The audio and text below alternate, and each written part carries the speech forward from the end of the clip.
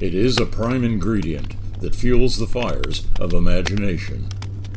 Amid countless eons past, it fanned a spark ignited by a primeval author, chiseling arcane petroglyphs across a dim cave wall.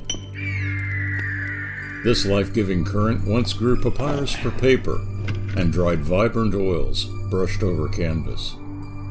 Carried across the land since before the dawn of time, it is the breath that gave rise to dinosaurs and has since walked on the surface of the moon.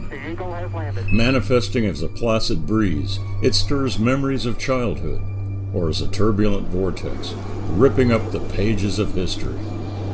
Powered by this influence, we dream, love, laugh, hate, and destroy. In short, live out our lives.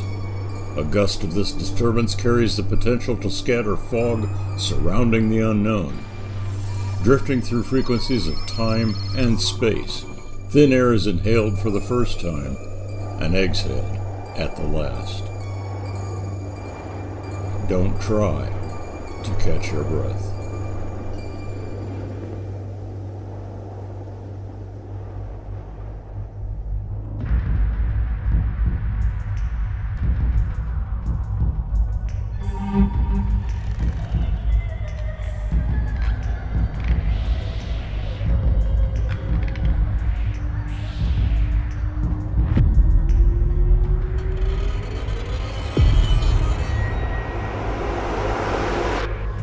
Gruesome. Yeah.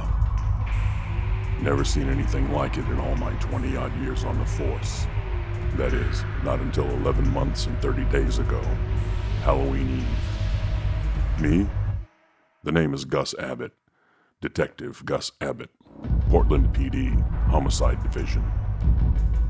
Believe me, I've seen some horrific crime scenes in my day, but nothing, I mean nothing whatsoever, could prepare you for the handiwork of a killer that's come to be known on the evening news as the Tooth Fairy.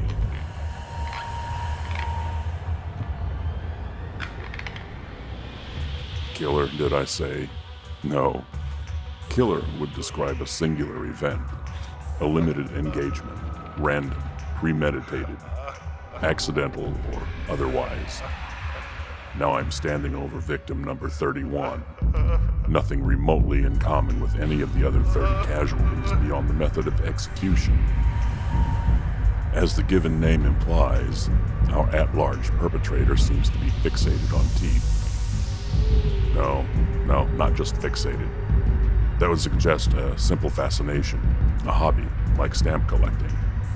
In this case, fetish would seem to be the operative word. A sick, twisted perversion concerning the pearly whites.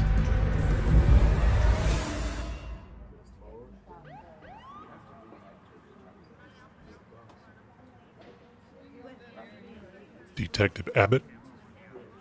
Excuse me. I'm sorry, I didn't mean to startle you. I'm Felix Carstairs, the county coroner. I'm almost done here. Oh yeah, no, not startled. Deep in thought is all. Did you recover them all? Them? Oh, yeah.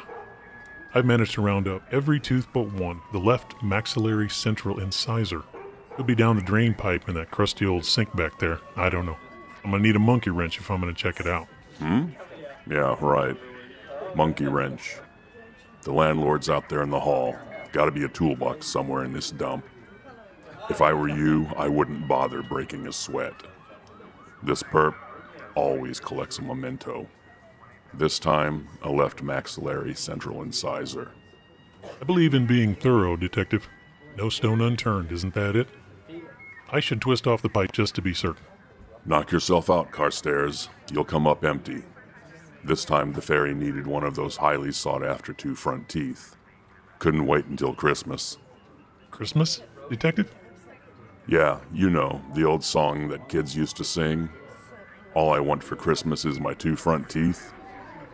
Gesturing to the corpse in the makeshift dentist's chair, I added, unfortunately for her, our infamous dental technician has the holidays turned around.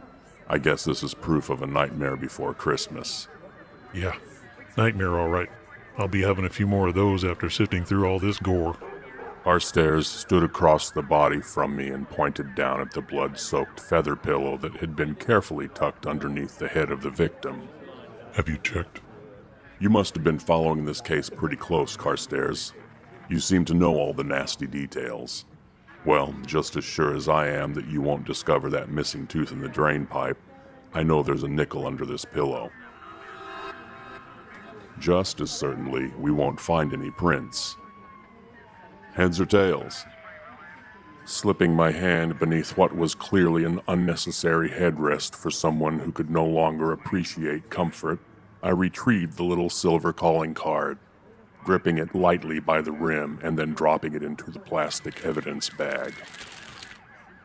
Out of curiosity, Detective, how many teeth has the ferry collected to date? How many murders, that is? 31. I'm making an educated guess that our toothless young lady here will most likely be second to last. I've got one more chance to snare this monster before it disappears, just as cleanly as Jack the Ripper. 32 murders. One for each tooth in the average human mouth. What makes you think the carnage will end there? A hunch. Enough to put a smile on the face of what is clearly sinister. Evil incarnate.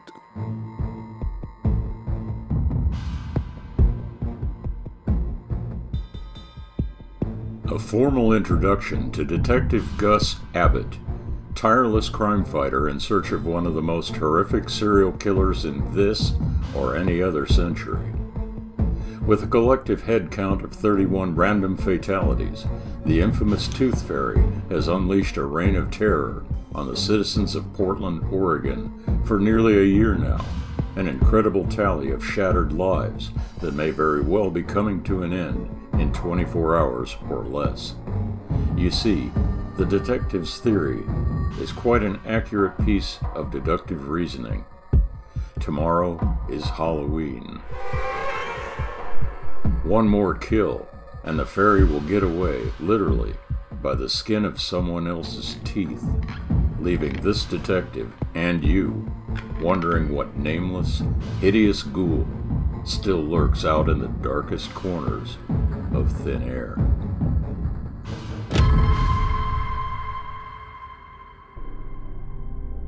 Once the coroner's team had toe-tagged and zip-locked the corpse and ushered her off for an autopsy at the county morgue, I remained alone at the crime scene, sifting over what was left behind as evidence of trespass.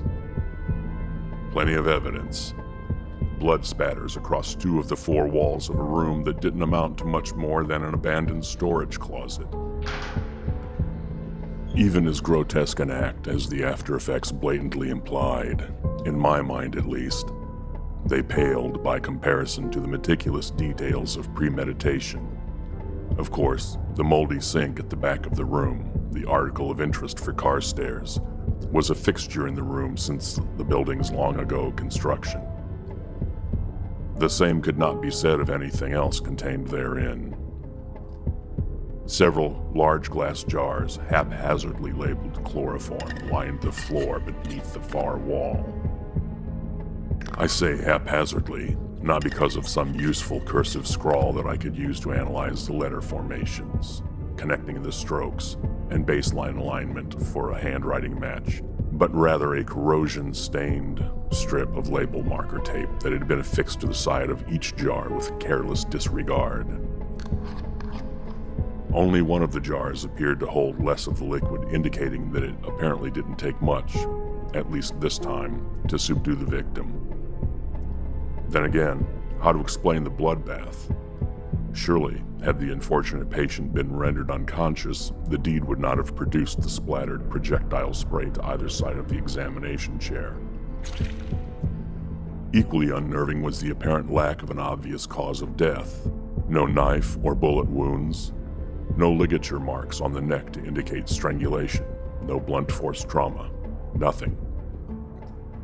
Nothing but the remains of what was once most likely a beautiful smile, made hideous by yet another telltale article, the likes of which must be considered the apparent murder weapon for all the Tooth Fairy slayings.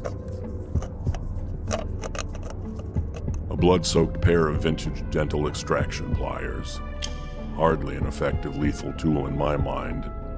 Of course, I bagged the awful instrument too, as I have at each successive crime scene leading the way to this one. Not once recovering a full or even partial fingerprint that might finally identify the perp. Rubber gloves, most likely, an assumption arrived at based on 6 prior cases, shards of latex extracted from beneath the fingernails of the hapless victims, indicating the futile signs of a struggle. Beyond these obvious implements, only 2 other notable clues remain.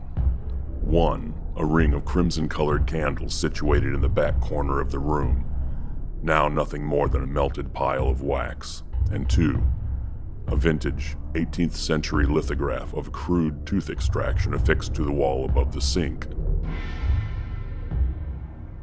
Aside from a potential to escalate the level of terror, these esoteric components were present at each and every crime scene and must be of some significance to the Tooth Fairy. The Tooth Fairy. Children's folklore. When children lose one of their baby teeth, they place it underneath their pillow or on their bedside table so the Tooth Fairy will visit while they sleep, replacing the lost tooth with a small payment. By now, I knew the story by heart.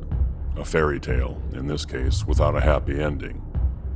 As I knelt down and tried to peel a droplet of candle wax off the dank surface of the floor, it suddenly occurred to me that perhaps my textbook description of the fairy was a limited piece of detective work, hardly thorough research. Most fairy tales have origins in legend, some kind of fantastical belief dredged up from the dim, dark past of misinformation and ignorance. Let's see what Siri can bring to this mystery. Pulling my phone from the breast pocket of my jacket, I pressed the side button and asked, "Hey Siri, what is the Tooth Fairy?" A few ticks shy of human emotion, Siri started her oratory with the usual MO. This is what I found. What followed actually provided some interesting and unsettling details. A little more light shed upon what was, for me, a very dark subject matter. In Northern Europe, there was a tradition of tand fee, or tooth fee, which was paid when a child lost their first tooth. This tradition is recorded in writings as early as the Eddas, circa 1200 Common Era, which are the earliest written record of Norse and Northern European traditions. In the Norse culture, children's teeth and other articles belonging to children were said to bring good luck in battle, and Scandinavian warriors hung children's teeth on a string around their necks. During the Middle Ages, other superstitions arose surrounding children's teeth. In England, for example, children were instructed to burn their baby teeth in order to save the child from hardship in the afterlife. Children who did not consign their baby teeth to the fire would spend eternity searching for them in the afterlife. The Vikings, it is said, paid children for their teeth. Fear of witches was another reason to bury or burn teeth. In medieval Europe, it was thought that if a witch were to get hold of one's teeth, it could lead to them having total power over them.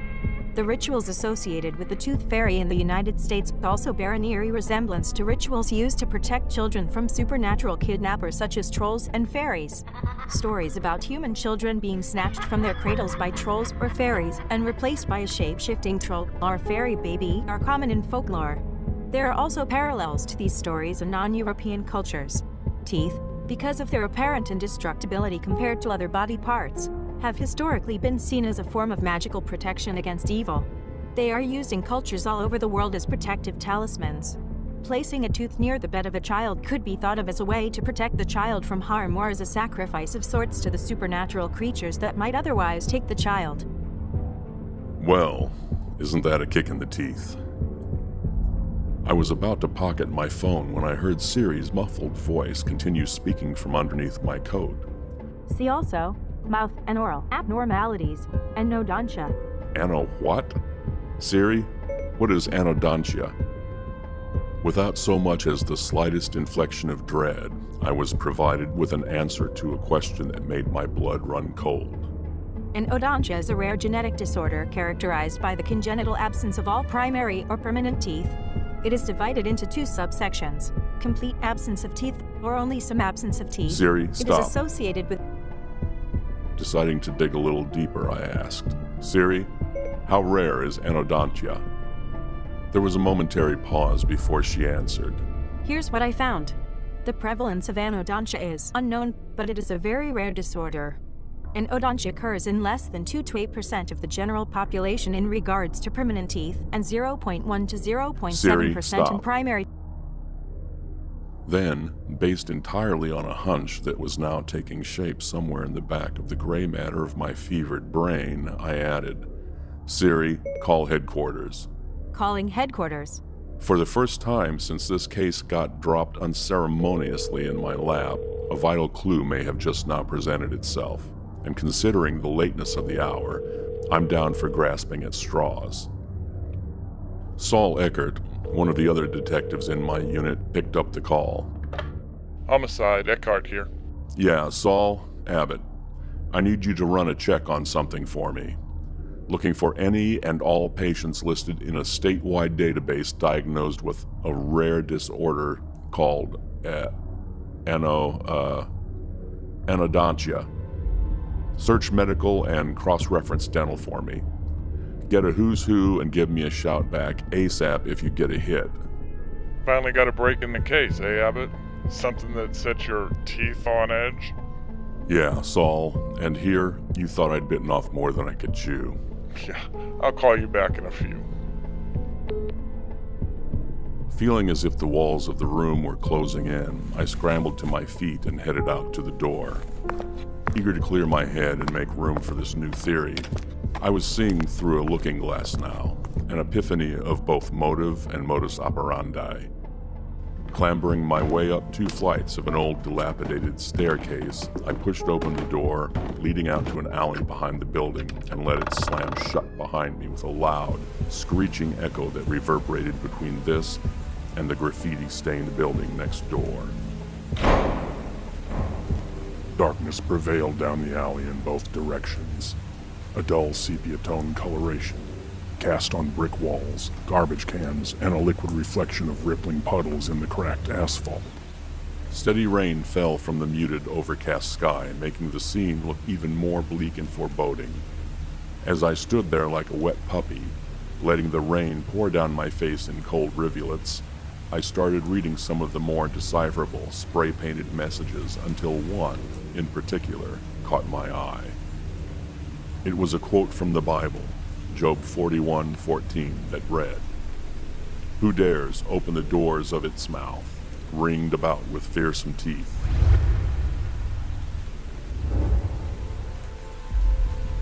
This was no random thought scrawled across the way from the very door leading to the scene of the crime.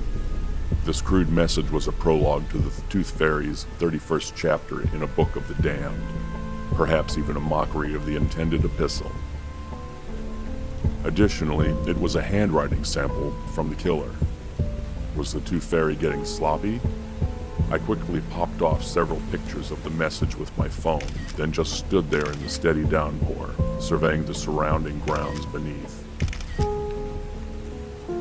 The rain pelted my face and dripped down my eyes, framing everything in an eerie, soft focus. As I blinked away the fluid distortion, I noticed another slight detail that I could have otherwise easily overlooked. There, partially obscured by a clump of weeds growing out between brick and crumbled asphalt, was a broken set of dentures. The hairs on the back of my neck stood up straight as the implications coalesced. The fact that these false teeth had been broken in half indicated to me that the wearer despised the appliance, discarding it in anger after spraying the writing on the wall. Of course, I bagged the clue, though even as I did, figured that fingerprints weren't very likely. DNA? Maybe, saliva coating the surface. Then again, the dentures were lying partially submerged in a puddle, probably rinsed clean. By the time I got a return call from Eckert, I had gumshoed my way back up and down the entire length of the alley, finding nothing more of consequence. "Yeah, Saul, anything for me?" You owe me a burger and fries for this one. I got one hit within a 100-mile radius around Portland. Lilith Nocturne. She lives 4 blocks down from your current location. born without a single tooth in her head. Tried reconstructive implants from the Mayo Clinic in the fall of 2015. Unemployed, lives alone, 8452 Lansing Boulevard, apartment 5D. Wait a second, Saul. What do you mean tried? Dental implants cost a fortune. How could she afford them if she's unemployed? And why the hell does your record state that she tried them? I heard Eckert's fingers tapping his computer keyboard for the details of the medical database. Then he answered. Says here she suffered an allergic reaction. Almost died from it. Had to have emergency surgery to have the hardware removed. All of it. Here's a picture of her here. Hideous. Whew. Looks like most of the jawbone and what was left of the roof of her mouth was essentially removed in the process. Well, that's it. No further information on her at all. Looks like she ghosted herself on social media after that. It's, circa 2016. Case closed. I stood there in the rain then, unresponsive to Saul's frightening revelation. I knew all along that I was chasing after a monster, but now I knew for sure it was true. A strange mix of pity and rage started to sink in as I made my way to the end of the alley and started down the damp sidewalk toward Lansing. Abbott, you still there? I heard Saul say as I walked ahead, unflinching with my phone still clutched tightly in my hand.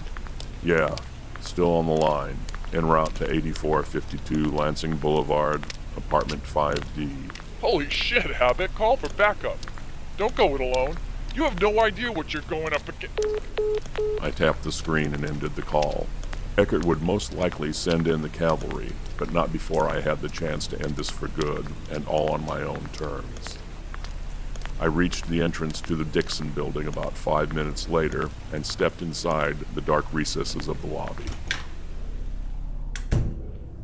The place was just as filthy as the building where the murder took place, maybe even more so. Not so much as a desk clerk on duty to hand over a key. No matter. Breaking and entering was my plan anyway. Pausing in front of an old moth-eaten sofa, I sat down and considered how this was going to go down. Slowly, tentatively, I reached into the pocket of my pants where I had squirreled away the evidence bag containing the pliers. One more tooth.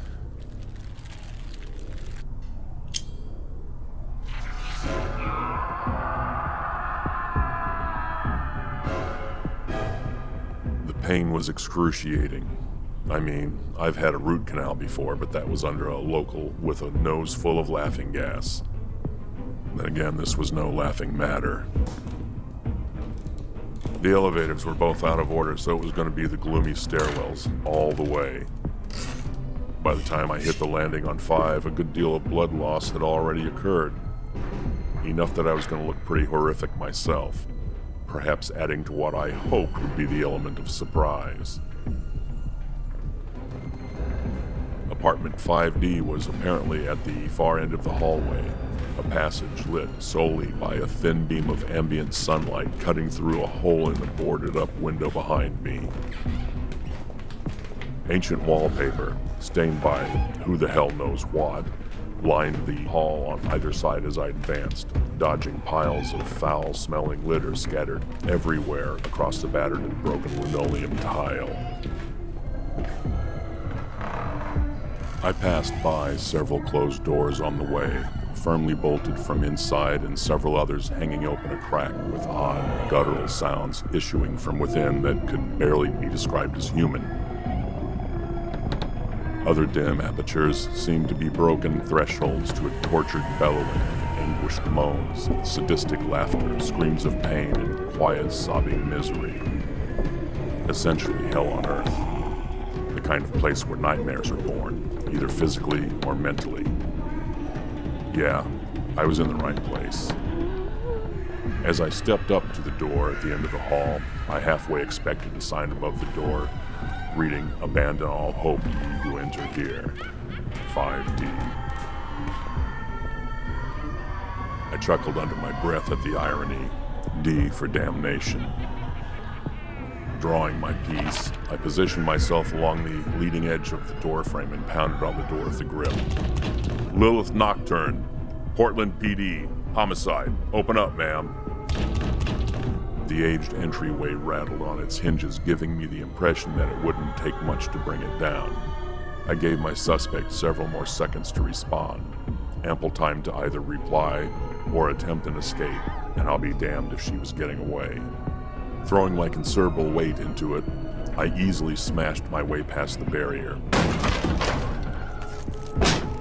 sending more than enough sharp objects and airborne projectiles into the apartment ahead of me to prevent my entrance from being thwarted by the Tooth Fairy.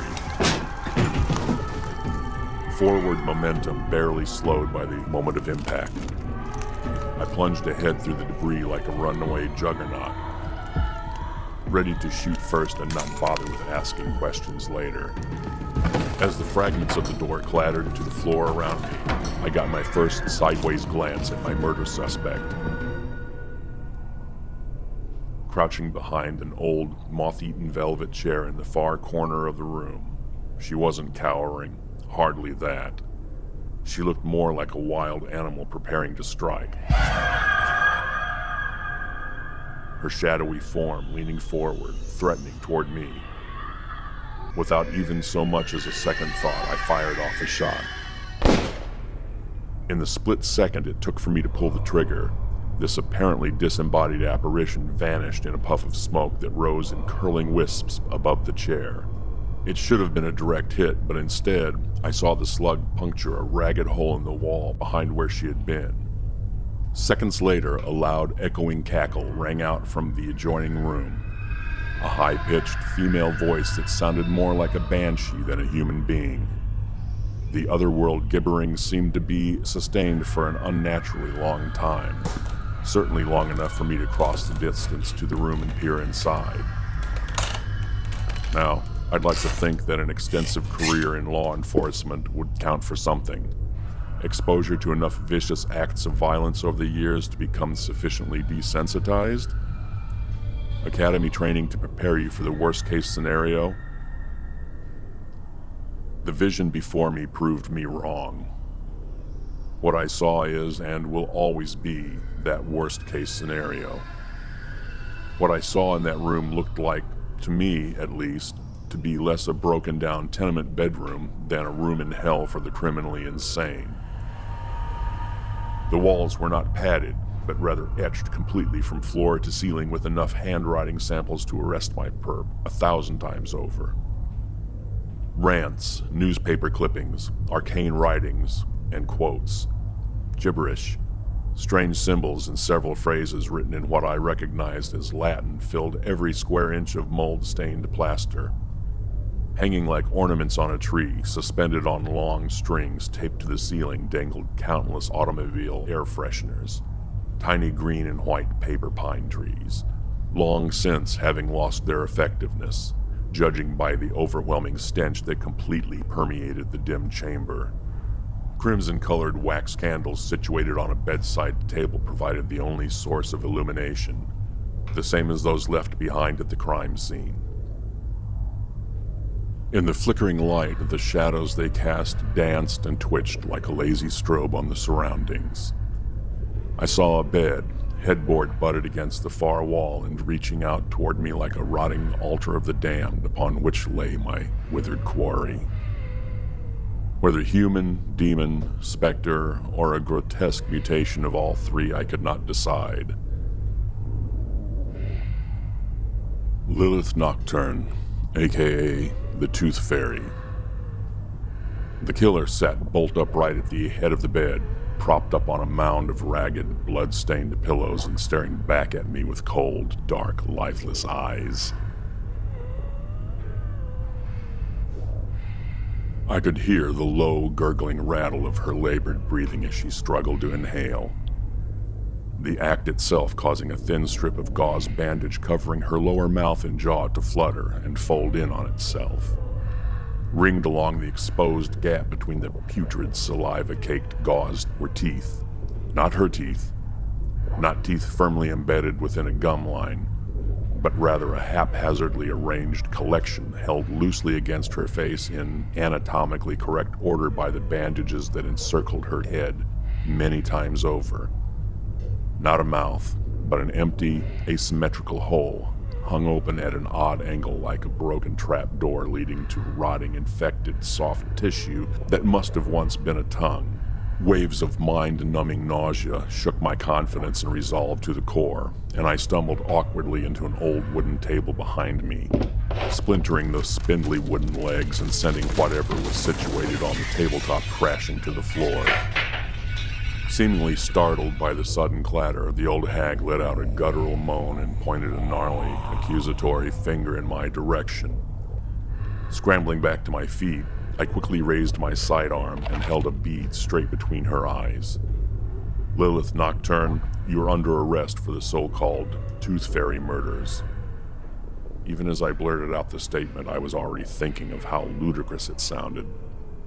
This woman was a bedridden invalid. Unless she possessed some kind of latent underlying strength not readily apparent, she was not the butcher I was after. "I'm Detective Gus Abbott, ma'am.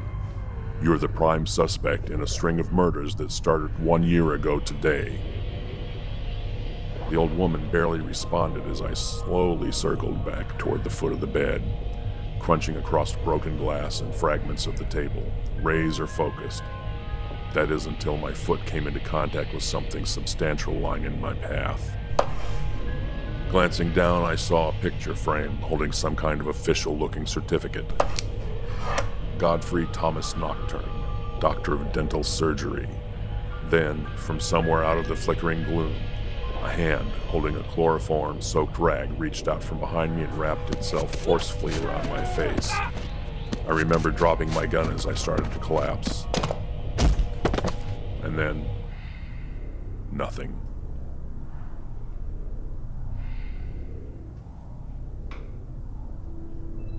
I woke restrained, my wrists and ankles bound tightly in a reclined, seated position. I slowly opened my eyes, and in the soft blur of my gradually returning consciousness saw a single, naked light bulb dangling above me from a chipped plaster ceiling. Without a clear sense of how long I'd been out, I had no idea how much longer it might be before Saul Eckert and his promise of backup might arrive. No matter, I'd committed myself to this course of action long before I climbed the steps up to this waking nightmare, and there was no turning back now. Without looking around me any further, I realized that I was seated at ground zero for the 32nd and final crime scene, and this time I wasn't sifting through the carnage for clues. I was the intended victim. My as-yet unseen captor must have noticed that I was awake. From somewhere out beyond the range of my peripheral vision, I heard the distinctive sound of metal against metal, most likely small surgical instruments clinking together as they were being arranged on a nearby tray table. Then, for the first time since my case file had been opened, the cold, cruel voice of my adversary spoke to me. Job 29:17. Conterabam mollas inique, et de dentibus ilios efferebam predam. As luck would have it, I knew just enough Latin to know he was quoting the Bible, and just enough of the quote to know the origin and significance. It had been meticulously carved with a scalpel on the chest of one of his victims. Job 29:17, and I break the jaws of the wicked and plucked the spoil out of his teeth. My. Excellent deduction. It seems I have a worthy adversary who understands the message. That's very good. Then, apparently noticing the copious blood stains on my shirt and coat, he exclaimed, Oh my, but you're injured, Detective. Quite severely, it would seem.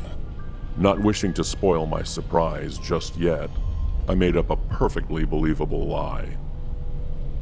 No, actually, this is a leftover from your handiwork at the crime scene. Didn't have time for a wardrobe change on the way here.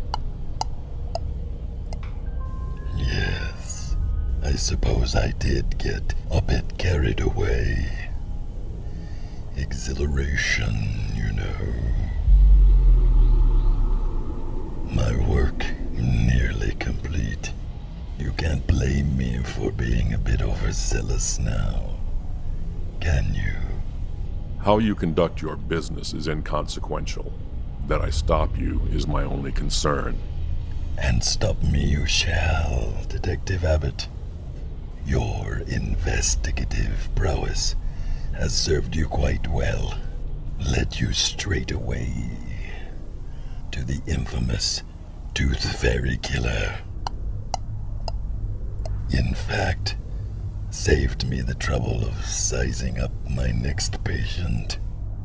You arrived here without a scheduled appointment, but it just so happens I have an opening for a tooth extraction. You are in luck. Oh, I don't know. From where I'm sitting, I'd say my luck has just run out. Tell me something, though, if you will. Before you give me a snoot full of laughing gas, is there actually a method to your madness? That little item we cops like to call a modus operandi? The Tooth Fairy sat down on an old metal stool next to me, and for the first time I caught a vague glimpse of the surgeon's hands that had inflicted so much pain. With a shriek, I bounded to the table and grasped the box that lay upon it. But I could not force it open, and in my tremor, it slipped from my hands and fell heavily and burst into pieces, and from it, with a rattling sound, there rolled out some instruments of dental surgery, intermingled with 32 small, white, and ivory-looking substances that were scattered to and fro about the floor. Knowingly, I confirmed yet another quote. Berenice, by Edgar Allan Poe. Your powers of deduction do not disappoint. Truly, you are as well read as you are the consummate sleuth. Of course, Detective. Allow me to explain. Getting some answers and stalling for time my singular priority, I let my guard down for the moment and settled back into the chair to listen. That thing in the bed. The one in the bedroom across the hall. A patient? Perhaps a family member? I interrupted with an assumption mostly to keep him talking. Neither.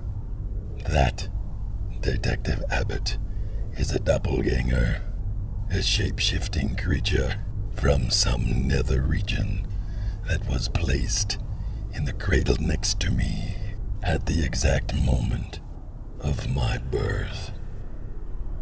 What should have been my twin sister is, in her stead, a nameless horror from the blackest depths of the great beyond. Seems a little too metaphysical to me. The Tooth Fairy slammed a rubber-gloved fist on the tray table and sent a needle full of Novocaine tumbling to the floor. I would have thought that you, of all people, might keep an open mind. Also, I know for a fact that you encountered my sister's disembodied spirit as you crashed through the apartment door. You fired a shot at her, remember? Hard to explain away that which cannot be explained as anything other than metaphysical. Wouldn't you agree? Go on, get to the point. I heard the soft, elastic snap of a surgical mask. Nothing more to say, really. Call it legend or folklore if you wish. I don't care what you believe, any more than I did the 31 souls who preceded you. I don't need your vindication. All I need from you, Detective Abbott, is your right maxillary central incisor. One more tooth, and that thing in the other room gets what it wants, and my twin sister's spirit will be free. I heard the sirens approaching down on the street outside. Knew that the end was near, most likely for me, and hopefully in some fashion for the Tooth Fairy Killer as well. I saw the pliers as he held them suspended before my face, heard the rubber glove stretching across his wrist as he extended his arm into position near my mouth. Open. Realizing he hadn't retrieved the local anesthetic from the floor, I braced myself for what would happen next. I closed my eyes and let my mouth drop open. There was a long, unbearable moment of absolute silence, and then I felt the pliers drop harmlessly on my lap. No. Damn you. Do you know what you have done? Please get down! At almost the same instant, I heard Eckert and his squad storm into the apartment and assume control, quickly cuffing my perp and escorting him out of the room.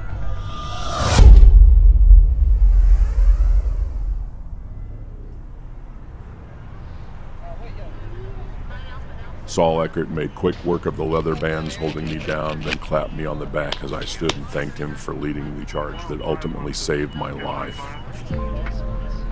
As we made our way out into the hall, I paused to let a pair of EMTs pull a stretcher carrying Lilith Nocturne past me. Holding out my hand, I asked them to pause a moment. Leaning over the stretcher, I reached into the breast pocket of my coat and produced a tooth, my right maxillary central incisor, and carefully stuffed it beneath the gauze still looped about her head. I'm told you'll be needing this where you're going.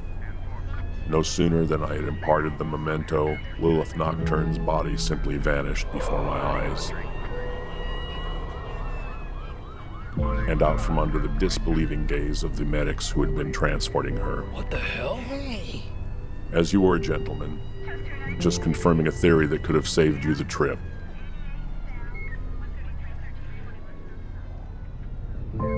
For those of you with a sweet tooth for the unexplained, might we suggest some further reading into the origins of tooth fairy folklore?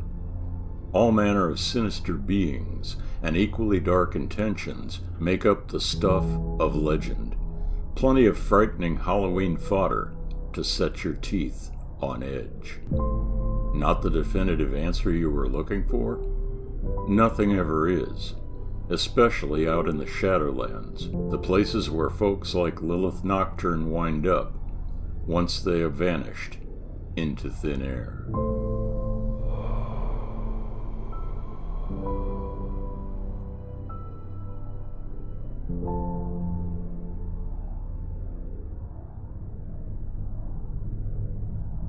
Episode 13 of the Thin Air podcast anthology, Tooth Decay, Part 2 of the 2022 Thin Air Halloween double feature, was written, produced, directed, and told by R.J. Lonsdale. The voice of Detective Gus Abbott was performed by Kevin Wittenberg. The voices of the Tooth Fairy and Coroner Carstairs were performed by Mark W. Wood, and the voice of Detective Saul Eckert was performed by Nancy Cooper Wood. Audio production and original music composition for this Thin Air episode by Mark W. Wood of Wood Media Studio, Incorporated. This has been an R.J. Lonsdale Flyby Studios presentation.